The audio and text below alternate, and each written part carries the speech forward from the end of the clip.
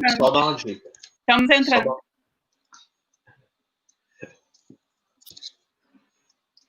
Então, vamos lá. Olá, sejam bem-vindos a mais uma aula de Tópicos de Computação 2. Sou a professora Yara Carnevale de Almeida. Hoje o professor João Messias entra comigo para dar o boa noite para vocês e a gente iniciar a disciplina como deve ser, a aula como deve ser.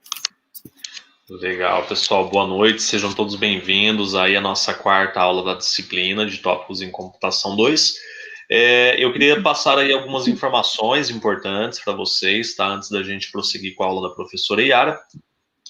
A primeira delas, referente às disciplinas lá do 51, né? Para aqueles alunos que não conseguiram aí obter a nota suficiente para aprovação das disciplinas anteriores, foi disponibilizada essa semana aí a solicitação do mapa SUB para vocês, né? Se vocês se recordam, nós não tivemos a prova presencial no módulo 51. A nota foi composta a partir da atividade mapa de vocês.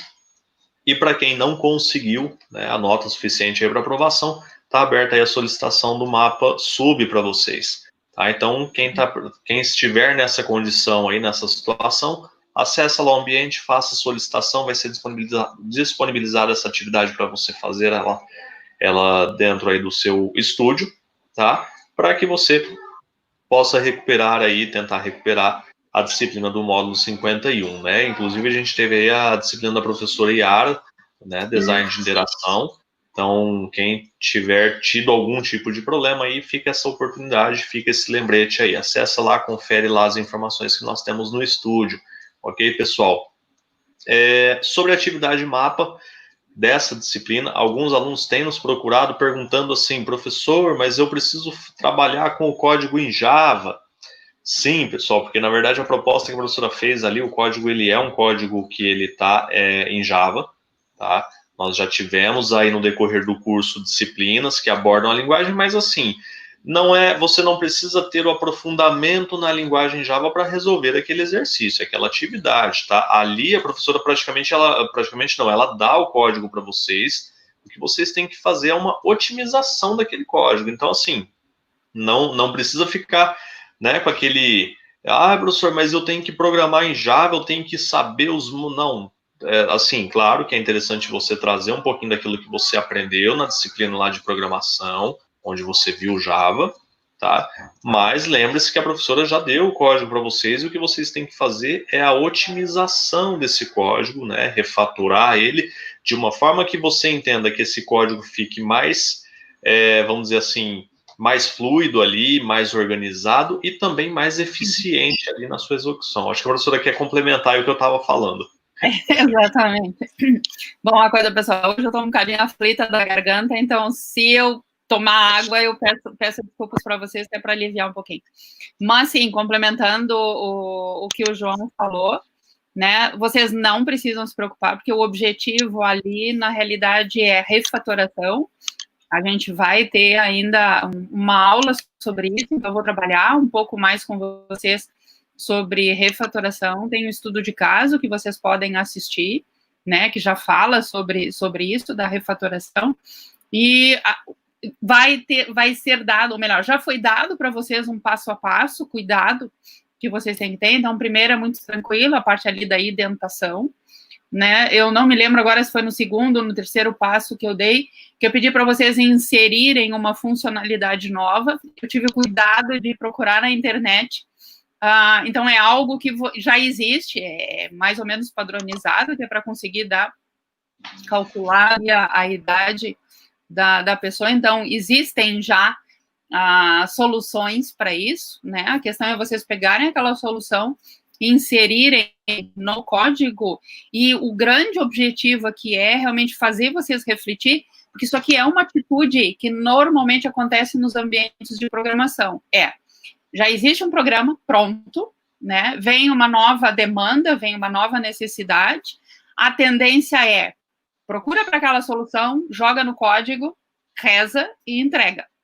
O que eu quero que vocês façam antes do rezar e entregar, vocês realmente verem o código final, como ficou. E aí fazer o processo, e aí fazer o processo de refatoração, né? Então, rever o código para ver se eu não consigo simplificar, se não existe duplicidade, inclusive olhar o código já existente e ver se eu não posso melhorar ou simplificar aquele código para só depois, digamos assim, entregar para o ambiente de produção, né? Então, e algo não é nada muito complicado do ponto de vista, como o professor João falou bastante bem, de lógica, né? É mais vocês passarem por um processo que eu ouço muito os meus alunos falarem que acaba por acontecer nos ambientes de desenvolvimento, né? Que é esse inserir uma funcionalidade ou inserir uma parte de um código num código já existente e não procurar manter a qualidade do código-fonte, tá? Então, é muito para reflexão, cuidado, atenção de você sobre os passos que têm que ser realmente realizados. Ok? Exato. Isso aí, professora, só finalizando, tá? A gente tem ali, inclusive, a gente está com a participação do José Carlos. O José Carlos mandou uma dúvidas para nós aí.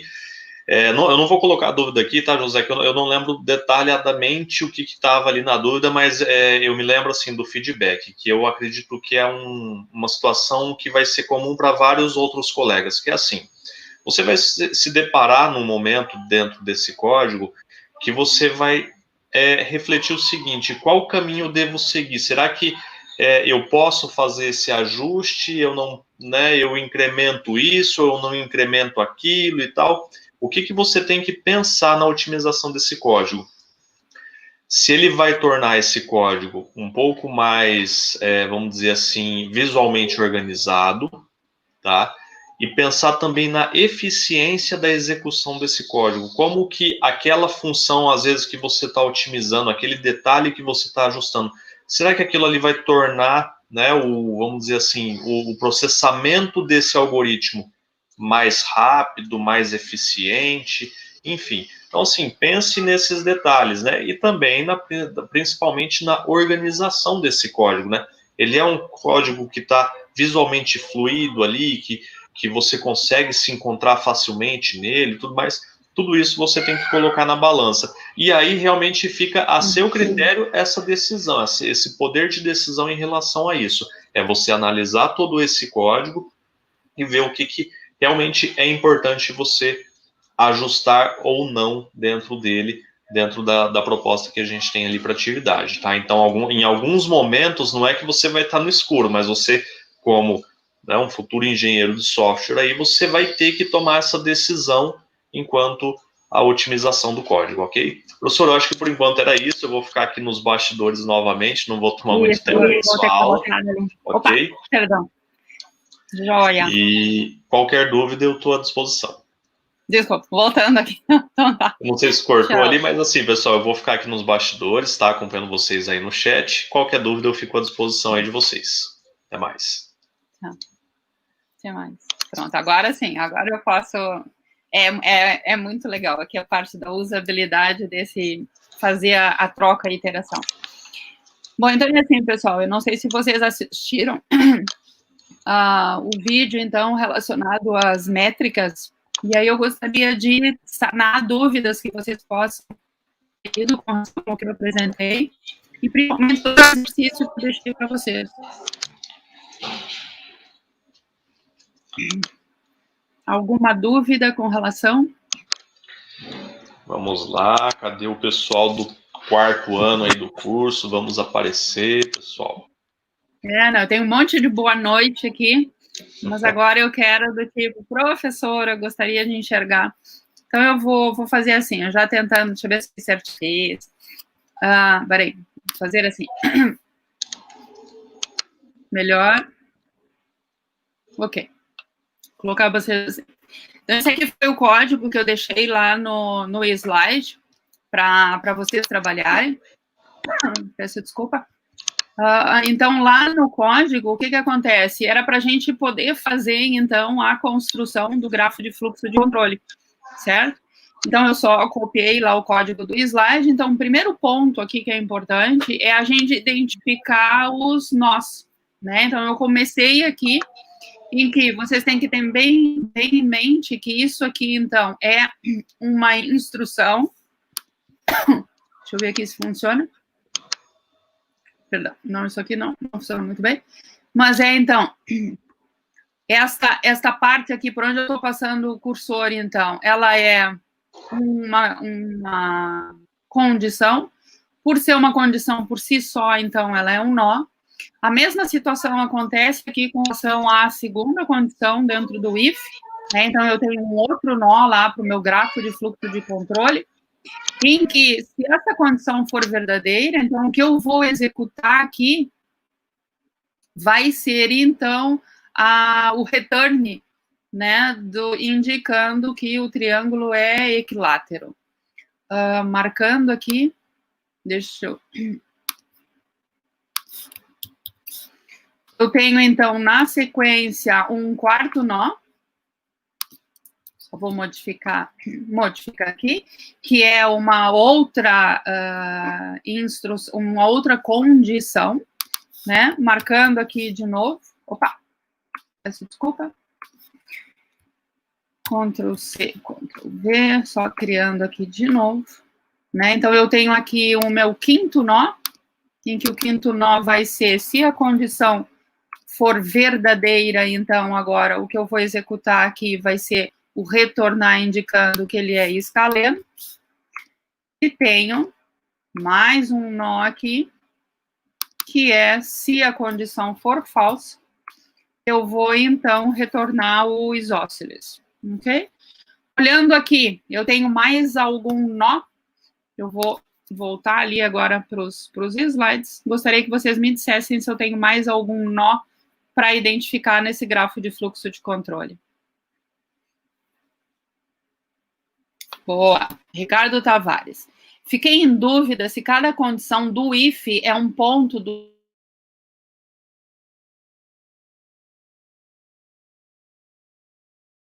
gráfico. Ricardo, na realidade foi bem interessante o seu questionamento, porque assim, eu posso ter dois olhares. O meu olhar, nesse momento, ele foi macro. No macro eu peguei toda a expressão condicional e considerei ela como sendo apenas um nó. Dependendo da complexidade do meu programa, às vezes é interessante que na expressão condicional, ou seja, eu tenho e ous, eu vou querer realmente validar cada uma das condições. E aí eu vou enxergar elas como sendo um nó. Ok? Então, tudo depende, porque o que acontece?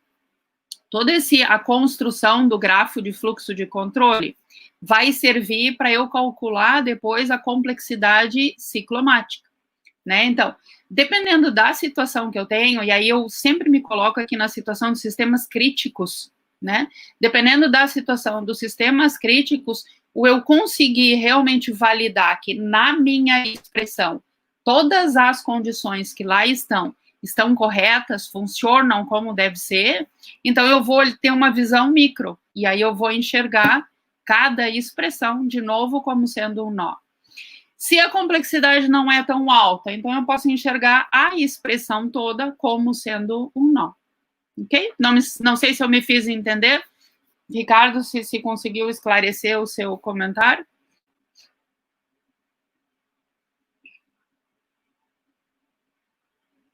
Ok? Então, voltando ali, e a minha pergunta foi se eu teria mais um nó, e a resposta aqui é sim, né? De propósito, ali eu tenho mais um comando, ok? Então, aqui eu tenho mais um nó, só que eu tenho também aqui um outro nó lógico, ok? Por quê? Quando vocês forem construir lá o grafo de fluxo de controle, e aí deixa eu ver se eu consigo... eu consigo, de alguma forma, desenhar ele aqui mesmo. Até eu vou mudar o tom para a gente conseguir entender. Então, eu tenho lá o nó 1, né? Do nó 1, me sai, então... eu tenho, para o nó 1, eu tenho um verdadeiro e tenho um falso. Eu peço desculpa a vocês aqui, mas é a primeira vez que eu estou usando aqui esse recurso, e a minha habilidade para desenho é terrível. né? Então, o que acontece? O nó 1, se ele for verdadeiro, então eu vou executar lá o nó 2, ok? Então, eu trago aqui, e aí deixa eu alterar só a cor, ok? Bom, se o nó 1 for falso, o que acontece? Eu vou direto no nó 7. Okay? Eu vou pedir para o Messias, se houver algum questionamento, se ele puder me falar viva voz, eu agradeço, porque agora eu não estou vendo, digamos assim, se os alunos escrevem alguma coisa no chat. Ah, não, sim, professora, tranquilo, eu vou acompanhando eles aqui, tá conseguindo me ouvir? Estou ouvindo bastante bem. Ouvindo então, eu estou acompanhando bem. Eles aqui no chat. Pessoal, podem ir mandando as dúvidas, tá? Que eu vou organizando elas aqui na sequência e aí eu vou passando para a professora. Ok? Mas por enquanto, tranquilo, professora. Perfeito. Então, só repetindo aqui, recapitulando. Então, se o nó 1, então o nó 1 é o meu nó inicial, né? Então, é o meu ponto aqui de partida, ok? Então, se o nó 1 for verdadeiro, o próximo nó que eu vou executar é o nó 2. Se o nó 1 for falso, o nó que eu vou executar é o 7. Como o nó 2 é um predicado, então significa que eu tenho um verdadeiro ou falso, eu vou ter de novo aqui um sai se for verdadeiro, e eu vou ter uma situação de se for falso, ok? Bom, se ele for verdadeiro, o que acontece? É o nó 3 que ele é executado. Então, eu venho aqui, insiro lá o nó 3. Vamos lá mudar a cor, só para vocês entenderem que eu estou construindo o gráfico. Se o 2 for falso, o que acontece? Eu vou cair em um outro predicado, que é o predicado lá 4.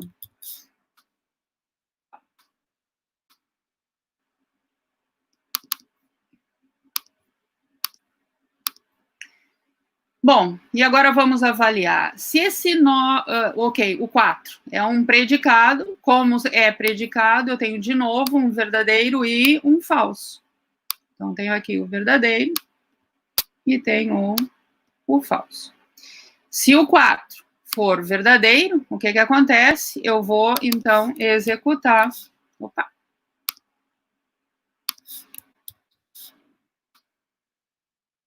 Se o 4 for verdadeiro, então eu vou executar lá o nó 5. Se o 4 for falso, o que eu vou executar, então, vai ser o nó 6. Certo? O que acontece aqui? Se vocês visualizarem, eu tenho... O que acontece aqui, por exemplo, se o nó 3 for executado? Para onde é que eu vou? Qual é o meu próximo nó? A mesma pergunta é, se o nó 5 for o executado, para onde é que eu vou? Qual é o nó? Mesmo se refere ao nó 6 e o nó 7. Se a gente fizer uma análise aqui do, como se diz, do código propriamente dito, vocês vão ver que eu tenho diversos returns aqui. Então, significa que a execução, o procedimento desse método, ele para aonde eu tenho lá os returns. Bom, a gente sabe que para construir um grafo de fluxo de controle, eu tenho que ter um nó de entrada, mas eu tenho que ter apenas um nó de saída. Então, significa aqui que está faltando, em que eu chamei lá a atenção no meu vídeo, que eu deixei gravado para vocês, está me faltando aqui um nó lógico. Eu até vou escrever aqui 8, ok? Mas vou colocar ali a indicação que isso aqui é um nó lógico. O que significa? Da forma que está, com os nós que estão lá existentes, eu não consigo ter um grafo de fluxo de controle que respeite lá as normas que foram indicadas. Então, o que acontece? Esse 3, e o 5, e o 6, e o 7, eles vão acabar tendo esse nó final que está representando aqui o retorno, digamos assim, ao método que chamou o identifica triângulo 2. No momento em que eu coloco aqui, então, esse nó lógico, eu consigo ter um grafo de fluxo de controle como deve ser, e aí eu consigo, a partir daqui, então, calcular a complexidade ciclomática. E aí, lá na gravação, vocês viram que eu tenho diferentes formas de calcular a complexidade ciclomática. Uma delas, que é a que eu acho mais fácil, é contar o número de áreas fechadas. Então, o que acontece? A gente sabe que eu tenho o todo, é uma, eu tenho esta área fechada aqui, que é o 2, tenho esta área fechada aqui, 3, tenho essa área fechada aqui, que é o 4. Então, lá nos slides também que vocês viram, o 4 está dentro do, ok, é uma complexidade ciclomática aceitável. Então, a gente pode, e aí vou voltar aqui a apresentar para vocês, a gente pode considerar, então, que esse bocado de código que nós analisamos, que a complexidade ciclomática dele é satisfatória. Então, do ponto de vista refatoração, eu não preciso mexer neste código, ok? Eu vou ver agora ali os comentários que vocês colocaram.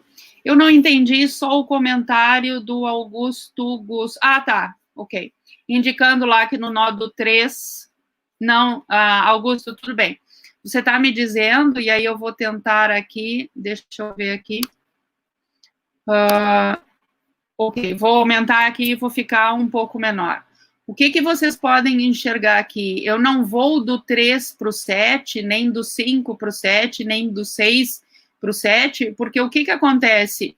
São ifs aqui, né? Então, esse return aqui, ele está correspondendo, perdão, ele perdão, vamos lá de novo. Se isso aqui for verdadeiro, eu vou entrar nessa condição. Se essa condição for verdadeira, eu vou cair aqui. Se este if aqui for falso, então o que acontece é que eu vou cair neste else e eu vou testar esse outro if, ok? Se isso aqui for verdadeiro, eu vou cair neste return, se isso aqui for falso, eu vou cair neste return aqui. Bom, o que acontece? Se isso aqui for falso, aí é que eu vou cair neste return tipos inválidos. Então, é só nesta situação em que eu vou sair, então, do 1 para o 7. Todos os outros, como eles têm lá os seus elses, eles vão, então, sair, digamos assim, pelos returns. Ok, não. Perfeito, eu entendo, digamos assim, o seu comentário, por isso é que eu fiz questão ali de chamar a atenção, e isso é um cuidado que às vezes a gente tem que cuidar. Por quê? No processo de refatoração, no calcular ali a complexidade ciclomática, a gente viu que do ponto de valor, ela está ok. O que eu melhoraria aqui do ponto de vista do código, né? O que eu, Yara, faria?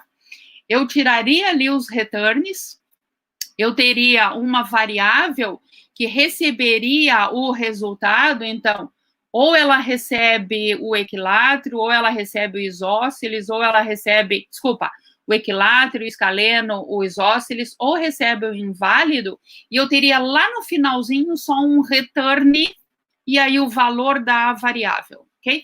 Porque aí fica bem claro, e melhor ainda, eu diminuo depois eu diria, complexidade de compreensão do código, porque eu só tenho um return lá no final, ok? Outra situação que poderia melhorar do ponto de vista clareza seria colocar um else aqui naquele último return, porque aí fica bastante claro que aquele else vai corresponder ao if mais externo, né? E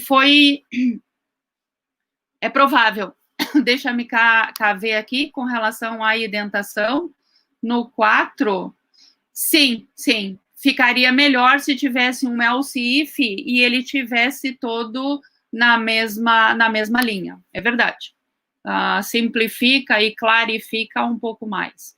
Então, estou gostando. É essa troca, realmente, esse olhar cuidadoso que, para mim, é importante que vocês tenham, né? Porque, se vocês veem, de novo, é um código bastante simples, né? Mas que, se em algum outro detalhe eu tiver com relação ao código, e isso significa refatorar o meu código, eu estou facilitando a compreensão essa que pode ser interessante depois para uma futura manutenção. ok? Então, é exatamente esse olhar que você tem que ter para o mapa, certo? Então, no código que está sendo apresentado no mapa. Não sei se me fiz entender, se vocês têm mais alguma dúvida relativamente a isto.